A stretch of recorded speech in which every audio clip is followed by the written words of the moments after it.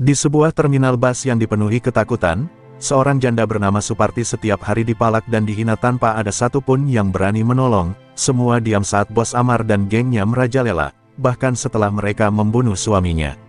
Namun siapa sangka, di balik diamnya Suparti tersimpan rahasia kelam yang tak pernah terungkap, hingga satu persatu preman mulai menghilang secara misterius.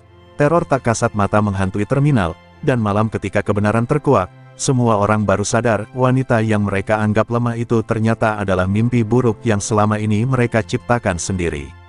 Terminal bus itu tak pernah benar-benar tidur. Siang dipenuhi teriakan calo, suara klakson, dan deru mesin yang saling bersahutan. Malamnya pun tak kalah hidup, lampu redup menggantung lelah, bayangan orang-orang berlalu lalang seperti tak punya arah. Namun di balik hiruk-pikuk itu, ada sesuatu yang terasa ganjil, sebuah ketakutan yang diam-diam menguasai setiap sudutnya. Di antara deretan kios tua yang mulai lapuk, duduk seorang wanita parubaya dengan wajah lelah dan pakaian sederhana. Namanya Suparti. Ia menjajakan gorengan dan kopi sachet di meja kecil yang hampir roboh. Tatapannya kosong, sesekali menunduk menghindari kontak mata dengan siapapun, seolah dunia di sekitarnya bukan lagi tempat yang aman untuknya. Orang-orang di terminal mengenalnya, tapi tak ada yang benar-benar peduli. Suparti hanyalah janda malang di mata mereka, seseorang yang hidupnya sudah hancur dan tak punya siapa-siapa. Beberapa bahkan berbisik sinis saat melewatinya, namun Suparti tak pernah membalas. Ia memilih diam, seperti sudah terbiasa dengan perlakuan itu. Tak jauh dari tempatnya duduk, suara tawa kasar terdengar memecah suasana. Sekelompok pria bertato dengan pakaian lusuh namun penuh gaya berjalan santai, menatap sekeliling dengan penuh kuasa. Mereka adalah anak buah Bos Amar, penguasa terminal yang namanya cukup untuk membuat orang-orang menunduk ketakutan. Langkah mereka berhenti tepat di depan Suparti. Tanpa banyak kata, salah satu dari mereka menyenggol meja kecilnya hingga hampir terbalik. Gorengan yang baru saja digoreng jatuh berserakan di tanah kotor. Tawa mereka pecah, keras dan tanpa rasa bersalah. Suparti hanya menunduk, tangannya gemetar, tapi tak ada perlawanan. "Setoran mana, Part?" Suara berat itu menggema, penuh ancaman. Suparti perlahan merogoh kantong kecil di bajunya, mengeluarkan uang seadanya dengan tangan yang bergetar. Ia tahu, jika ia menolak, bukan hanya dagangannya yang akan hancur, tapi mungkin juga dirinya. Orang-orang di sekitar hanya menonton. Beberapa pura-pura sibuk, yang lain memilih pergi menjauh. Tak ada yang berani ikut campur. Terminal itu seperti dunia tanpa hukum, di mana yang kuat berkuasa, dan yang lemah hanya bisa bertahan, atau hancur perlahan. Saat para preman itu pergi dengan tawa kemenangan, Suparti tetap diam di tempatnya. Ia memungut satu persatu gorengan yang jatuh, membersihkannya seadanya. Namun di balik wajah pasrahnya, ada sesuatu yang tak terlihat oleh siapapun, sebuah luka lama, dan mungkin sesuatu yang jauh lebih gelap, yang belum waktunya untuk bangkit. Pagi kembali datang, namun tak membawa harapan baru bagi terminal itu. Justru sebaliknya, suasana terasa semakin menekan. Para pedagang membuka lapak dengan wajah muram, seolah mereka tahu, hari ini akan sama seperti kemarin, dan kemarin lagi. Tak ada yang berubah selama nama Bos Amar masih berkuasa. Suparti kembali duduk di tempatnya, seperti biasa. Meja kecilnya kini sudah sedikit dirapikan, meski bekas kejadian kemarin masih terlihat jelas. Tangannya bergerak pelan menata gorengan, namun matanya kosong. Ia seperti hanya menjalani hidup, tanpa benar-benar hidup. Di sisi lain terminal, sebuah mobil hitam berhenti perlahan. Seketika, suasana berubah. Obrolan terhenti, tawa menghilang, bahkan suara langkah kaki pun seolah ditahan. Semua mata diam-diam melirik ke arah yang sama, pintu mobil itu. Keluar dari sana, seorang pria bertubuh besar dengan tatapan dingin melangkah turun. Dialah Bos Amar, wajahnya keras, penuh bekas luka masa lalu, dan sorot matanya seperti tak mengenal belas kasihan. Setiap langkahnya terasa berat, bukan karena tubuhnya, tapi karena aura kekuasaan yang ia bawa. Anak buahnya segera berkumpul, menunduk hormat. Mereka melaporkan setoran hari ini, satu persatu. Tak ada yang berani berbohong. Semua tahu, sekali saja mencoba bermain curang, akibatnya bisa jauh lebih buruk daripada sekadar kehilangan uang. Namun ketika giliran laporan dari area tempat Suparti berjualan disebut, Bos Amar menghentikan langkahnya. Ia menoleh pelan, matanya menyipit. Yang janda itu, Masih jualan? Tanyanya dingin. Salah satu anak buahnya mengangguk ragu. Tanpa berkata apa-apa lagi, Bos Amar berjalan langsung menuju arah Suparti. Orang-orang spontan menyingkir, membuka jalan tanpa diminta. Udara terasa berat, bahkan angin pun seperti enggan berhembus. Suparti yang menyadari kehadirannya, perlahan mengangkat wajah, dan untuk pertama kalinya, mata mereka bertemu. "Jadi kamu masih bertahan di sini," ucap Bos Amar pelan, namun penuh tekanan.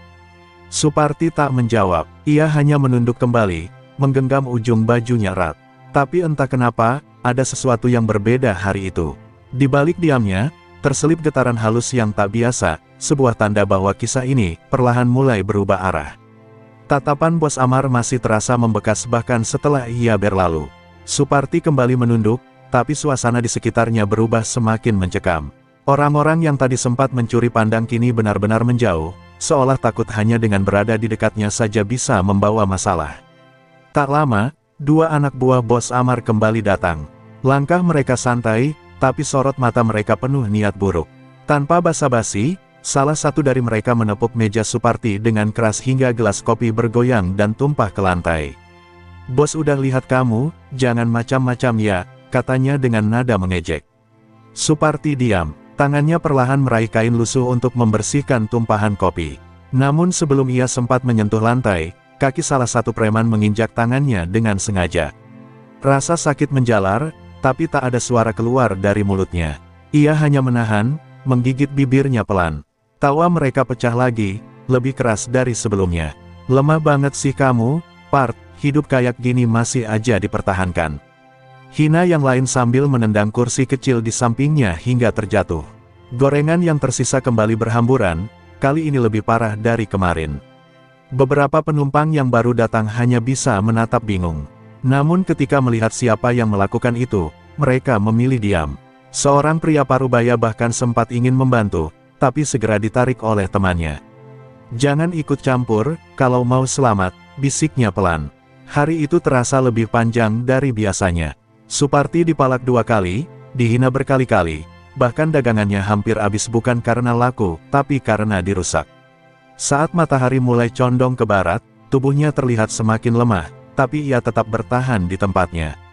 Namun di balik semua itu, ada sesuatu yang tak terlihat oleh siapapun. Saat tangannya yang tadi diinjak perlahan menggenggam kain, jari-jarinya bergetar halus. Bukan hanya karena sakit, tapi karena emosi yang selama ini ia pendam mulai mencari jalan keluar. Dan ketika senja mulai turun, bayangan Suparti yang memanjang di lantai terminal tampak sedikit berbeda. Sekilas, seperti bergerak sendiri, terpisah dari tubuhnya. Tak ada yang menyadari, kecuali satu anak kecil yang menatapnya dengan wajah pucat, sebelum akhirnya berlari pergi ketakutan. Senja di terminal itu tak pernah benar-benar indah. Cahaya jingga yang seharusnya menenangkan justru terasa muram, seperti membawa kenangan yang enggan dilupakan. Suparti masih duduk di tempatnya, menatap kosong ke arah jalan raya, sementara bayangan panjangnya perlahan menyatu dengan gelap yang mulai turun. Rasa sakit di tangannya masih terasa, tapi itu bukan apa-apa dibanding luka yang tersimpan di hatinya. Tatapannya perlahan berubah, tidak lagi kosong, melainkan dipenuhi kenangan yang selama ini ia kubur dalam-dalam. Kenangan tentang seseorang yang pernah menjadi alasannya bertahan hidup. Dulu, Suparti tidak sendiri. Ia memiliki seorang suami yang sederhana, pekerja keras, dan selalu melindunginya. Mereka berjualan bersama di terminal itu, tertawa di sela lelah, berbagi mimpi kecil tentang hidup yang lebih baik. Meski sederhana, hari-hari mereka terasa hangat. Namun semua berubah ketika Bos Amar mulai menguasai terminal. Preman-preman mulai meminta setoran dengan paksa. Banyak pedagang memilih diam, termasuk Suparti, tapi tidak dengan suaminya. Ia adalah satu dari sedikit orang yang berani berkata, tidak. Malam itu menjadi awal dari segalanya. Suami Suparti dipanggil oleh anak buah Bos Amar. Katanya hanya ingin bicara baik-baik. Tapi Suparti tahu, tidak ada yang benar-benar baik dari mereka. Ia sempat menahan, memohon agar suaminya tidak pergi, tapi pria itu tetap melangkah, dengan keyakinan bahwa kebenaran akan menang. Ia tidak pernah kembali. Tubuhnya ditemukan keesokan harinya di belakang terminal, penuh luka, tanpa nyawa. Tak ada saksi, tak ada yang berani bicara. Semua tahu siapa pelakunya, tapi semua memilih diam. Termasuk Suparti, yang saat itu hanya bisa menangis tanpa suara, memeluk tubuh suaminya yang sudah dingin. Sejak saat itu, Suparti berubah. Ia tidak lagi melawan, tidak lagi berbicara. Ia memilih diam, bukan karena takut, tapi karena sesuatu yang lebih besar sedang ia jaga. Sesuatu yang diwariskan oleh suaminya di malam terakhir mereka bersama, sebuah rahasia gelap yang belum waktunya untuk dunia ketahui. Malam turun perlahan, menyelimuti terminal dengan dingin yang tak biasa. Lampu-lampu tua berpendar redup, menciptakan bayangan panjang yang menari di dinding-dinding kusam. Suparti masih duduk di tempatnya, namun kali ini ia tak lagi berjualan. Tangannya terlipat di pangkuan, matanya menatap kosong ke arah kegelapan. Angin malam berhembus pelan, tapi terasa berat, seolah membawa sesuatu yang tak kasat mata. Beberapa pedagang memilih pulang lebih awal, merasakan firasat aneh yang sulit dijelaskan. Terminal yang biasanya riuh kini perlahan menjadi sunyi, hanya menyisakan suara langkah kaki yang terburu-buru. Suparti perlahan berdiri. Untuk pertama kalinya, ia meninggalkan lapaknya lebih cepat. Langkahnya pelan, menuju sebuah gang sempit di belakang terminal, tempat yang jarang dilalui orang. Tempat di mana masa lalunya terkubur bersama rahasia yang selama ini ia jaga. Ia berhenti di depan pintu kayu tua yang hampir lapuk. Dengan tangan gemetar, ia mendorongnya perlahan. Pintu itu berderit panjang, seakan menolak dibuka setelah sekian lama. Di dalamnya gelap, hanya cahaya bulan yang menyelinap masuk dari celah atap. Ruangan itu sederhana, tapi penuh tanda-tanda aneh. Di sudut ruangan, terdapat kain hitam yang menutupi sesuatu. Suparti berjalan mendekat, napasnya mulai berat. Tangannya terangkat perlahan, lalu membuka kain itu. Di baliknya, terdapat sebuah kotak kayu tua dengan ukiran yang rumit. Kotak itu terasa dingin, seolah menyimpan sesuatu yang hidup di dalamnya. Suparti menatapnya lama, matanya mulai berkaca-kaca. Inilah peninggalan terakhir suaminya, sesuatu yang dulu ia larang untuk disentuh, kecuali dalam keadaan terpaksa. Belum waktunya, bisik Suparti lirih, seakan berbicara pada dirinya sendiri. Namun saat ia hendak menutup kembali kotak itu, tiba-tiba terdengar suara langkah kaki dari luar. Pelan, tapi jelas, seseorang sedang mendekat. Suparti terdiam, matanya menatap pintu dengan tajam. Untuk pertama kalinya, rasa takut bukan lagi yang mendominasi dirinya, melainkan sesuatu yang lain. Sesuatu yang lebih gelap, dan perlahan mulai bangkit dari dalam dirinya. Suara langkah itu semakin jelas, menghantam kesunyian malam seperti detak jantung yang dipercepat. Suparti berdiri kaku di dalam ruangan gelap itu, matanya tak lepas dari pintu kayu yang mulai bergetar pelan. Angin yang tadi hanya berbisik kini berubah menjadi hembusan dingin yang menusuk hingga ke tulang. "Siapa di dalam?" Terdengar suara kasar dari luar. Itu suara salah satu anak buah Bos Amar. Nafas Suparti tertahan. Ia tak menjawab. Namun anehnya, bukan rasa takut yang kini menguasainya, melainkan ketenangan yang perlahan muncul dari dalam. Pintu didorong kasar hingga terbuka lebar. Dua pria bertato masuk dengan langkah arogan, membawa senter yang menyorot ke segala arah. Cahaya itu akhirnya berhenti tepat di wajah Suparti. "Ngapain kamu di sini, Part?" "Sembunyi," ejek salah satu dari mereka sambil tertawa sinis. Suparti tetap diam, namun kali ini, ia tidak menunduk. Tatapannya lurus, dingin, dan berbeda. Salah satu preman itu sempat terdiam sejenak, merasa ada yang aneh.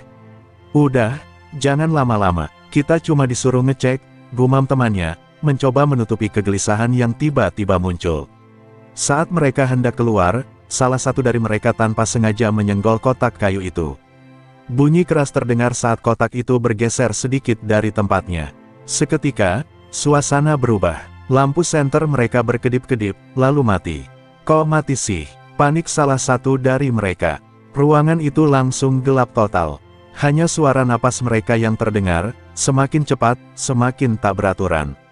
Dari sudut ruangan, terdengar suara lirih, seperti bisikan yang tak jelas asalnya.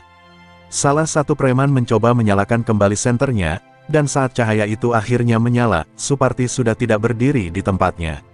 Ia kini berada lebih dekat, terlalu dekat. Wajahnya pucat, matanya tajam menatap tanpa berkedip. Tanpa berkata apapun, Suparti berbalik dan berjalan keluar ruangan, meninggalkan mereka dalam kebingungan dan ketakutan yang mulai merayap. Malam itu, Untuk pertama kalinya, dua preman itu merasakan sesuatu yang belum pernah mereka rasakan sebelumnya, bukan marah, bukan kesal, tapi takut. Malam semakin larut, namun ketegangan justru semakin terasa. Dua preman yang tadi masuk ke ruangan itu keluar dengan wajah pucat, napas tersengal, dan mata yang tak lagi menunjukkan kesombongan seperti biasanya. Mereka saling berpandangan, tapi tak satu pun berani mengucapkan apa yang baru saja mereka alami. "Lo, lihat itu tadi, kan?" bisik salah satunya dengan suara gemetar. Temannya hanya mengangguk pelan. Untuk pertama kalinya, mereka merasa seperti mangsa, bukan pemburu. Tanpa banyak bicara, mereka bergegas meninggalkan tempat itu, seolah takut sesuatu mengikuti dari belakang. Di sisi lain, Suparti berjalan menyusuri lorong gelap terminal. Langkahnya pelan, namun pasti. Wajahnya tak lagi menunjukkan rasa lelah atau takut. Ada ketenangan yang aneh, sekaligus aura dingin yang menyelimuti dirinya. Orang-orang yang masih berada di sekitar terminal tanpa sadar menjauh saat ia lewat. Seorang pedagang tua yang biasa melihat Suparti setiap hari pun tertegun. "Itu, Suparti," gumamnya lirih. Ada yang berbeda, bukan dari penampilannya, tapi dari cara ia berjalan, cara ia menatap, bahkan dari udara di sekitarnya yang terasa lebih berat. Suparti kembali ke tempat jualannya. Ia duduk perlahan, menatap sisa dagangan yang berserakan. Tangannya bergerak, tapi kali ini tidak gemetar. Ia mulai membereskan semuanya dengan tenang, seolah kejadian siang tadi tidak lagi berarti apa-apa. Namun saat ia menyentuh meja kayunya, tiba-tiba angin berhembus kencang tanpa sebab. Plastik-plastik di sekitar bergetar, lampu menggoyang pelan. Beberapa orang langsung menoleh, merasa ada sesuatu yang tidak beres. Tapi semua itu berhenti secepat saat dimulai. Suparti menunduk, menatap tangannya sendiri. Jari-jarinya bergetar halus, bukan karena lemah, tapi karena sesuatu dalam dirinya mulai bergerak. Ia teringat kotak kayu itu. Ia teringat pesan terakhir suaminya, tentang kekuatan yang tidak boleh digunakan sembarangan. "Kalau kamu membuka ini, tidak ada jalan kembali," suara suaminya seolah kembali terdengar di kepalanya. Suparti perlahan mengangkat wajahnya. Matanya kini tak lagi kosong. Ada tekad yang mulai terbentuk. Luka, hinaan, dan ketidakadilan yang ia terima selama ini, perlahan berubah menjadi sesuatu yang lebih gelap. Dan malam itu, tanpa seorang pun menyadari, Suparti tidak lagi hanya bertahan, ia mulai bangkit. Keesokan paginya, terminal kembali dipenuhi aktivitas seperti biasa. Namun ada satu hal yang berbeda, bisikan mulai terdengar di antara para pedagang. Bukan tentang dagangan atau penumpang, melainkan tentang salah satu anak buah bos Amar yang tak kunjung terlihat sejak malam tadi. Namanya Randy, preman yang dikenal paling kasar, paling sering menghina Suparti. Biasanya ia datang paling pagi untuk menagih setoran. Tapi hari itu, ia menghilang tanpa jejak. Awalnya dianggap biasa, mungkin mabuk atau tidur di tempat lain. Namun semakin siang, rasa gelisah mulai menyebar. Dua temannya yang semalam masuk ke ruangan tua itu hanya diam. Wajah mereka masih pucat, dan mata mereka tak berani menatap siapapun terlalu lama. Mereka tahu ada sesuatu yang tidak beres, tapi tak ada keberanian untuk mengatakannya. Bos Amar mulai murka. Ia berdiri di tengah terminal, memanggil semua anak buahnya. "Cari dia!" bentaknya keras. Suaranya menggema, membuat semua orang terdiam. Tak ada yang berani membantah. Beberapa preman langsung menyebar, menyusuri setiap sudut terminal. Pencarian dilakukan hingga ke belakang terminal, ke gang sempit, bahkan ke ruangan tua yang semalam didatangi. Namun yang mereka temukan hanya sesuatu yang membuat bulu kuduk merinding, jejak kaki Randy yang berakhir di tanah kosong, tanpa lanjutan, tanpa arah. Seolah-olah, ia menghilang begitu saja dari dunia. Kabar itu menyebar dengan cepat. Para pedagang mulai berbisik lebih pelan, bahkan ada yang memilih tidak berjualan hari itu. Rasa takut yang dulu hanya ditujukan pada bos Amar, kini mulai berubah arah, menjadi sesuatu yang lebih tidak bisa dijelaskan. Di sudut terminal, Suparti duduk seperti biasa. Ia menuangkan kopi ke dalam gelas plastik, gerakannya tenang, wajahnya datar. Namun saat seseorang menyebut nama Randy di dekatnya, sudut bibirnya bergerak sangat tipis, hampir tak terlihat. Dan di bawah meja kayunya, bayangannya tampak kembali bergerak pelan, tidak mengikuti arah cahaya, tapi seolah hidup dengan kehendaknya sendiri. Hari itu, terminal kehilangan satu preman, dan tanpa disadari, teror yang sesungguhnya baru saja dimulai. Hilangnya Randy bukan hanya meninggalkan tanda tanya, tapi juga rasa takut yang mulai merayap perlahan di seluruh terminal. Tidak ada yang berani membicarakannya dengan suara keras. Bahkan anak buah Bos Amar yang biasanya kasar, kini tampak lebih pendiam, seolah ada sesuatu yang mengawasi mereka. Malam kembali turun, membawa suasana yang jauh lebih mencekam dari sebelumnya. Angin berhembus pelan, tapi terasa dingin menusuk. Lampu-lampu terminal berkedip sesekali, menciptakan bayangan yang tampak bergerak di dinding. Beberapa pedagang memilih tutup lebih cepat, tak ingin terjebak dalam suasana yang semakin aneh. Di salah satu sudut gelap, dua preman yang semalam masuk ke ruangan tua itu duduk gelisah. Mereka terus menoleh ke belakang, seperti merasa diikuti. "Ini bukan kebetulan," bisik salah satunya. "Gue yakin, ini ada hubungannya sama dia." "Dia?" tanya temannya, meski dalam hati ia sudah tahu jawabannya. Suparti. Nama itu terasa berat diucapkan. Seolah ada sesuatu yang tak terlihat ikut mendengar. Tiba-tiba, suara benda jatuh terdengar dari arah belakang mereka. Keduanya langsung menoleh cepat. Tak ada siapa-siapa, hanya lorong kosong dengan lampu redup yang bergetar pelan. "Udah, gue gak mau di sini," kata salah satu dari mereka sambil berdiri tergesa. Namun saat ia melangkah, kakinya seperti tersandung sesuatu yang tak terlihat. Ia jatuh keras ke lantai. Saat ia mencoba bangkit, wajahnya berubah pucat. Di depannya, ada bayangan. Bukan bayangan biasa, bentuknya samar, tapi jelas tidak mengikuti benda apapun. Bayangan itu berdiri diam, lalu perlahan bergerak mendekat. Nafas mereka tertahan, tak ada suara, tak ada langkah, tapi kehadirannya terasa nyata. Tiba-tiba lampu padam, teriakan pecah di tengah gelap. Beberapa detik kemudian, lampu kembali menyala. Salah satu preman masih terduduk gemetar, tapi temannya yang tadi berdiri, sudah tidak ada. Menghilang, tanpa suara, tanpa jejak. Di tempat lain, Suparti berdiri di bawah cahaya lampu yang redup. Matanya terpejam, wajahnya tenang. Namun di sekelilingnya, udara terasa berat, seperti dipenuhi sesuatu yang tak terlihat. Perlahan, ia membuka mata. Dan malam itu, satu lagi nyawa diambil oleh sesuatu yang tak bisa dijelaskan. Sementara semua orang mulai sadar, ini bukan lagi sekadar kejadian aneh, ini adalah teror yang nyata. Kabar hilangnya satu lagi preman menyebar seperti api yang disiram bensin. Terminal yang biasanya keras dan penuh ancaman kini berubah menjadi tempat yang dipenuhi ketakutan.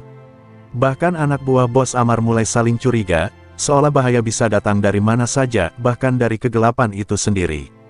Bos Amar tidak tinggal diam. Wajahnya penuh amarah, tapi di balik itu ada sesuatu yang jarang terlihat, kegelisahan. Ia berdiri di tengah terminal, matanya menyapu setiap sudut dengan tajam. "Ini ulah siapa?" bentaknya, namun tak satu pun berani menjawab. Sementara itu, Suparti kembali ke ruangan tua di belakang terminal. Langkahnya tenang, tanpa ragu. Pintu kayu yang berderit kini terbuka dengan mudah, seolah menyambutnya. Di dalam, suasana terasa lebih dingin dari sebelumnya. Namun kali ini, Suparti tidak berhenti. Ia berjalan langsung menuju kotak kayu yang selama ini ia hindari. Tangannya terangkat perlahan, namun kali ini tidak gemetar. Matanya menatap dalam, seolah sudah mengambil keputusan yang tak bisa ditarik kembali. "Maafkan aku," bisiknya lirih, entah kepada suaminya, atau kepada dirinya sendiri. Dengan satu gerakan pasti, ia membuka kotak itu. Sekejap, angin berputar kencang di dalam ruangan. Lampu yang menggantung di langit-langit bergoyang liar. Suara seperti bisikan terdengar dari berbagai arah, saling bertumpuk, memanggil sesuatu yang telah lama tertidur. Suparti berdiri di tengah pusaran itu, rambutnya berkibar, matanya perlahan berubah, lebih gelap, lebih dalam. Di dalam kotak itu, tersimpan benda-benda aneh, kain hitam, jimat tua, dan sebuah benda kecil yang memancarkan aura dingin. Saat Suparti menyentuhnya, tubuhnya bergetar hebat. Kilasan demi kilasan muncul di benaknya, suaminya, malam pembunuhan itu, dan kekuatan yang selama ini disegel. Di luar, langit tiba-tiba berubah mendung. Angin berhembus lebih kencang dari biasanya. Beberapa orang menatap ke atas dengan bingung, sementara yang lain memilih masuk dan mengunci pintu. Ada sesuatu yang terasa salah, dan di dalam ruangan itu, Suparti perlahan mengangkat wajahnya. Matanya kini bukan lagi milik wanita yang dulu.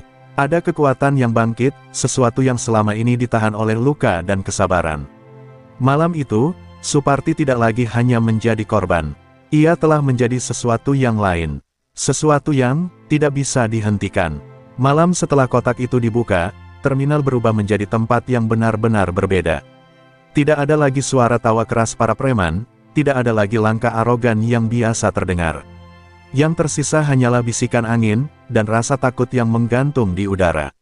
Anak buah Bos Amar kini tak lagi berani berjalan sendiri.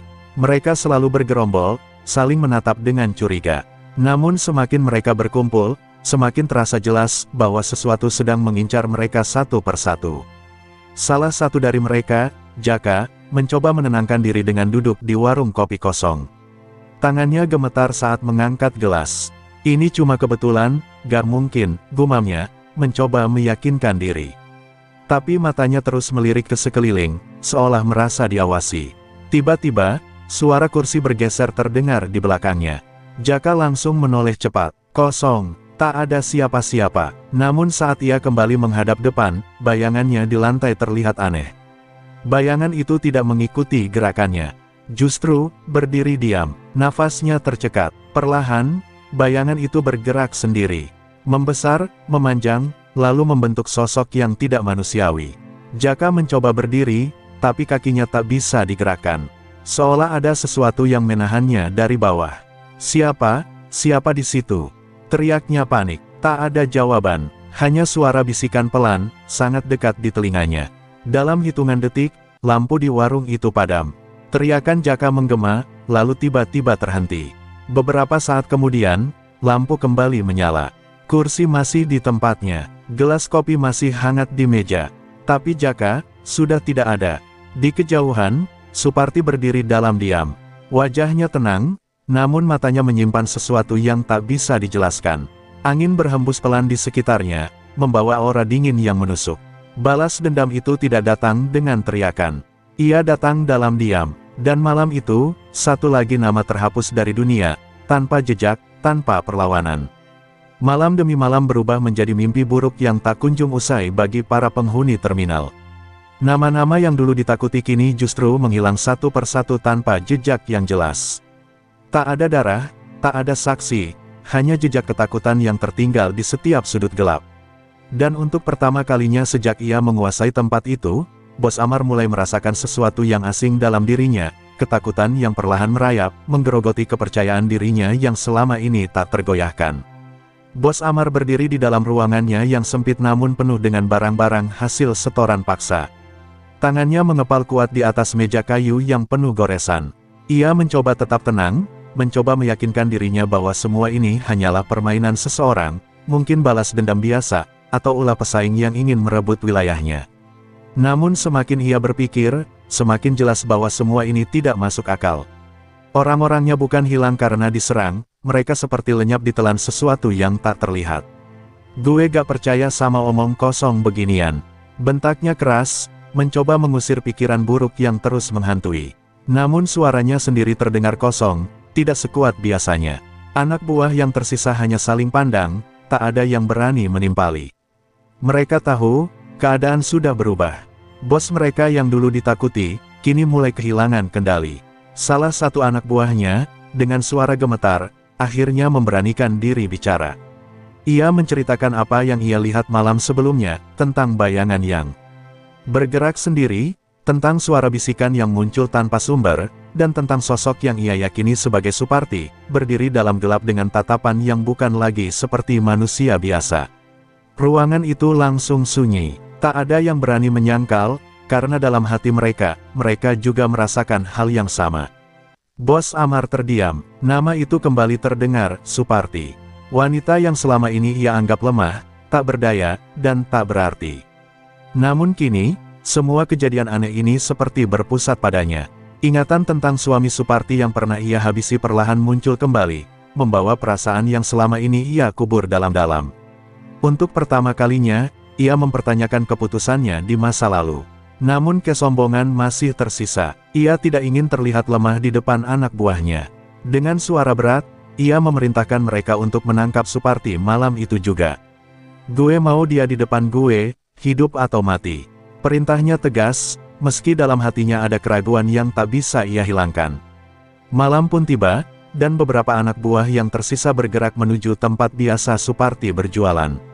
Namun yang mereka temukan hanya meja kosong, kursi terbalik, dan suasana yang jauh lebih dingin dari biasanya. Angin berhembus pelan, membawa suara yang tak jelas, seperti bisikan yang saling bersahutan. Mereka saling menatap, ragu untuk melangkah lebih jauh. Tiba-tiba, lampu di sekitar mereka berkedip cepat, lalu padam bersamaan. Kegelapan menyelimuti segalanya. Dalam sunyi itu, terdengar suara langkah pelan mendekat. Satu persatu dari mereka mulai panik, memanggil nama temannya, namun tak ada jawaban. Hanya suara napas mereka sendiri yang semakin cepat, dan perasaan bahwa mereka tidak sendirian di tempat itu. Di kejauhan, dari balik bayangan gelap, sepasang mata menatap tanpa berkedip. Suparti berdiri dalam diam, tubuhnya tak bergerak, namun auranya menyelimuti seluruh area. Ia tidak lagi bersembunyi, ia tidak lagi menahan. Semua luka, semua hinaan, semua kehilangan, kini berubah menjadi kekuatan yang tak terbendung. Dan malam itu, Bos Amar akan segera menyadari bahwa ia bukan lagi penguasa di tempat itu, melainkan target berikutnya. Malam itu, terminal tidak lagi sekadar tempat persinggahan. Ia berubah menjadi panggung sunyi yang menunggu sesuatu terjadi.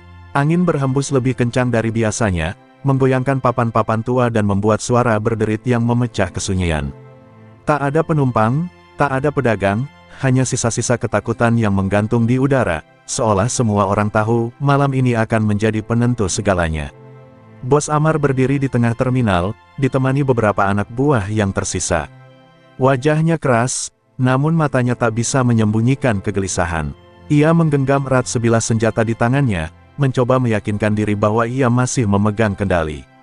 Namun jauh di dalam hatinya, ada perasaan asing yang terus berbisik, bahwa kali ini, ia tidak berhadapan dengan manusia biasa. "Keluar lo, Part!" teriaknya lantang, suaranya menggema di antara bangunan kosong. Tak ada jawaban, hanya suara angin yang menjawab dengan lirih, seperti mengejek keberaniannya. Anak buahnya saling menatap, sebagian mulai mundur perlahan, namun tak ada yang berani pergi sepenuhnya. Beberapa detik berlalu, lalu suara langkah terdengar. Pelan, teratur, mendekat dari arah gelap di ujung terminal. Semua mata tertuju ke satu titik. Dari balik bayangan, sosok Suparti muncul perlahan. Ia berjalan tanpa tergesa, wajahnya tenang, namun matanya menyimpan sesuatu yang membuat siapapun yang melihatnya merasa dingin hingga ke tulang. Pakaiannya sederhana seperti biasa, tapi aura di sekelilingnya tidak lagi sama. "Lo pikir bisa nakut-nakutin gue?" bentak Bos Amar, mencoba menutupi rasa takut yang mulai menguasai. Ia melangkah maju, diikuti dua anak buahnya, namun langkah mereka terasa berat, seolah tanah di bawah kaki mereka menahan setiap gerakan. Suparti berhenti beberapa meter dari mereka. Ia tidak menjawab, ia hanya menatap, dalam, dan diam. Namun dari diam itu, sesuatu mulai terjadi. Lampu-lampu di sekitar mereka berkedip hebat, angin berputar membentuk pusaran kecil, dan bayangan di lantai mulai bergerak tidak wajar. Tiba-tiba, salah satu anak buah Bos Amar berteriak histeris. Ia melihat sesuatu di belakangnya, sesuatu yang tak terlihat oleh yang lain. Ia jatuh terduduk, menutup telinganya, seolah suara bisikan memenuhi kepalanya. Dalam hitungan detik, tubuhnya ditarik ke belakang oleh sesuatu yang tak kasat mata, lalu hilang begitu saja dalam gelap. "Apaan ini?" teriak yang lain, panik. Ia mencoba lari, namun bayangannya sendiri tiba-tiba melilit kakinya, membuatnya jatuh tersungkur. Ia meronta, berteriak minta tolong, tapi tak ada yang bisa menolong. Dalam sekejap, ia pun lenyap, meninggalkan kesunyian yang semakin pekat. Kini hanya tersisa Bos Amar dan Suparti. Napas Bos Amar memburu, tangannya gemetar, namun ia tetap berdiri. Ini ulah lo?" tanyanya, suaranya tak lagi sekuat tadi. Suparti masih diam, namun perlahan, ia mengangkat tangannya, dan udara di sekitarnya seolah ikut bergerak. "Semua ini, karena kalian," ucap Suparti akhirnya, suaranya pelan, tapi menggema seperti datang dari berbagai arah. "Kalian yang memulainya, dan sekarang, kalian yang harus mengakhirinya." Bos Amar mencoba menyerang, berlari ke arah Suparti dengan sisa keberanian yang ia miliki. Namun sebelum ia sempat mendekat, tubuhnya tiba-tiba terhenti di tengah langkah. Seolah ada dinding tak terlihat yang menahannya. Matanya membelalak, mencoba bergerak, tapi sia-sia. Angin berputar semakin kencang, debu dan kertas beterbangan di sekitar mereka. Bayangan Suparti memanjang, membesar, dan perlahan menyelimuti tubuh Bos Amar. Ia berteriak, meronta, tapi suaranya tenggelam dalam pusaran yang semakin kuat. Dan di tengah kekacauan itu, Suparti tetap berdiri diam. Wajahnya tanpa ekspresi, matanya dingin, dan malam itu, pertarungan yang selama ini tertunda, akhirnya terjadi. Namun ini bukan lagi pertarungan antara yang kuat dan yang lemah. Ini adalah penghakiman. Pusaran angin yang melingkari tubuh Bos Amar semakin menggila, seolah seluruh amarah yang selama ini terpendam kini menemukan jalannya untuk keluar. Debu beterbangan menutup pandangan, suara gemuruh memenuhi seluruh penjuru terminal yang kini benar-benar kosong. Di tengah kekacauan itu, Bos Amar masih berusaha melawan, menggertakkan gigi, mencoba menggerakkan tubuhnya yang terasa terkunci oleh kekuatan tak kasat mata. "Berhenti, berhenti, Part!" teriaknya dengan suara yang mulai pecah. Untuk pertama kalinya, tidak ada nada perintah dalam suaranya. Yang tersisa hanyalah ketakutan. Ia menatap Suparti dengan mata membelalak, seakan baru menyadari bahwa wanita yang selama ini ia hina, kini berdiri sebagai sesuatu yang jauh di luar pemahamannya. Suparti melangkah maju perlahan. Setiap langkahnya terasa berat, bukan karena ragu, tapi karena kekuatan yang mengalir dalam dirinya semakin besar. Angin mengikuti gerakannya, bayangan di sekitarnya bergerak seperti hidup, dan udara terasa semakin dingin. Wajahnya tetap tenang, namun sorot matanya menyimpan luka yang tak pernah benar-benar sembuh. "Dulu, suamiku juga memohon," ucapnya pelan, suaranya bergema di antara pusaran angin. "Tapi kalian tidak mendengar." Kalimat itu sederhana, namun menghantam lebih keras dari apapun yang bisa dilakukan secara fisik. Bos Amar terdiam, napasnya tersengal, ingatan tentang malam itu kembali menghantamnya tanpa ampun. Ia mencoba berbicara, mencoba meminta ampun, namun kata-kata seolah tersangkut di tenggorokannya. Tubuhnya semakin terangkat, perlahan dari tanah, seperti ditarik oleh sesuatu yang tak terlihat. Matanya liar, mencari jalan keluar, tapi tak ada. Semua yang dulu ia kuasai kini berbalik menjadi penjara baginya sendiri. "Ini, belum terlambat," gumamnya lirih, hampir tak terdengar. Tapi Suparti tidak lagi menatapnya sebagai manusia. Baginya, semua telah melewati batas. Semua luka, semua kehilangan, semua ketidakadilan, telah mencapai titik yang tak bisa dikembalikan. Suparti mengangkat tangannya sedikit lebih tinggi. Seketika, pusaran angin berhenti mendadak. Keheningan jatuh begitu dalam, seperti dunia menahan napas. Dalam satu detik yang terasa sangat panjang, tubuh Bos Amar membeku di udara, lalu perlahan mulai terselimuti bayangan gelap yang muncul dari bawah kakinya. Bayangan itu membesar, melilit tubuhnya seperti akar yang hidup. Bos Amar berteriak sekuat tenaga, namun suaranya seperti ditelan kegelapan. Sedikit demi sedikit, tubuhnya menghilang, dimulai dari kaki, lalu badan, hingga akhirnya hanya wajahnya yang tersisa, penuh penyesalan, penuh ketakutan. Dan dalam satu tarikan napas terakhir, ia lenyap, tanpa sisa, tanpa jejak, hanya menyisakan keheningan yang begitu pekat, seolah semua yang terjadi barusan hanyalah mimpi buruk yang terlalu nyata. Angin berhenti, debu jatuh perlahan, dan lampu-lampu kembali menyala seperti biasa. Suparti berdiri sendiri di tengah terminal. Tak ada sorak kemenangan, tak ada ekspresi lega, hanya diam, karena di balik semua ini, tidak ada yang benar-benar menang. Yang ada hanyalah akhir dari sebuah kekuasaan, dan harga yang harus dibayar untuk sebuah balas dendam. Pagi datang dengan cara yang berbeda dari biasanya. Tidak ada teriakan, tidak ada suara kasar yang memaksa orang menunduk. Terminal yang selama ini dikenal keras dan kejam kini terasa asing. Sunyi, namun bukan sunyi yang menakutkan, melainkan sunyi yang perlahan membawa ketenangan yang telah lama hilang. Orang-orang mulai berdatangan kembali, namun langkah mereka masih ragu. Mereka saling bertukar pandang, seolah memastikan bahwa semua yang terjadi semalam benar-benar nyata. Kabar tentang hilangnya Bos Amar dan seluruh anak buahnya menyebar cepat, tapi kali ini tidak ada yang berani membesar-besarkan. Semua memilih diam, dan menerima. Para pedagang membuka lapak mereka dengan hati-hati. Untuk pertama kalinya, tidak ada yang datang meminta setoran. Tidak ada ancaman, tidak ada paksaan. Sebagian dari mereka bahkan tampak kebingungan, tak terbiasa hidup tanpa tekanan yang selama ini menghantui setiap hari. Di sudut terminal yang sama, Suparti kembali duduk di tempatnya. Meja kecilnya sudah rapi, gorengan tersusun hangat seperti dulu. Wajahnya kembali tenang, sederhana, seolah tak pernah terjadi apa-apa. Namun kali ini, tidak ada satupun yang berani memandangnya dengan remeh. Seorang pedagang tua yang dulu hanya bisa diam kini memberanikan diri mendekat. Dengan suara pelan, ia mengucapkan terima kasih. Disusul oleh yang lain. Satu persatu, orang-orang yang dulu hanya menjadi saksi tanpa suara kini datang dengan rasa bersalah yang tak bisa disembunyikan. Mereka menunduk, bukan karena takut, tapi karena menyesal. Suparti hanya mengangguk pelan. Tidak ada senyum lebar, tidak ada kata-kata panjang. Baginya, semua yang terjadi bukanlah sesuatu yang bisa dirayakan. Ia telah mendapatkan keadilan, tapi dengan cara yang tidak akan pernah bisa menghapus luka di hatinya. Saat angin pagi berhembus lembut, suasana terminal terasa lebih hidup. Anak-anak kembali berlari, pedagang kembali tertawa, dan suara kendaraan terdengar seperti biasa, namun tanpa bayang-bayang ketakutan. Tempat itu akhirnya kembali menjadi ruang untuk hidup, bukan untuk bertahan. Namun di balik semua kedamaian itu, ada satu hal yang tetap menjadi rahasia. Tentang apa yang sebenarnya terjadi di malam-malam gelap itu. Tentang kekuatan yang bangkit dari luka. Dan tentang seorang wanita yang diam, namun menyimpan kekuatan yang mampu mengubah segalanya. Suparti tetap duduk di sudutnya, menatap orang-orang yang kini hidup lebih tenang. Matanya tidak lagi kosong, namun juga tidak sepenuhnya damai. Karena ia tahu, apa yang telah ia bangkitkan tidak akan pernah benar-benar hilang. Dan di dunia yang seringkali tidak adil, terkadang, keadilan datang dengan cara yang paling gelap. Cerita ini mengajarkan bahwa jangan pernah meremehkan seseorang dari penampilan atau keadaannya.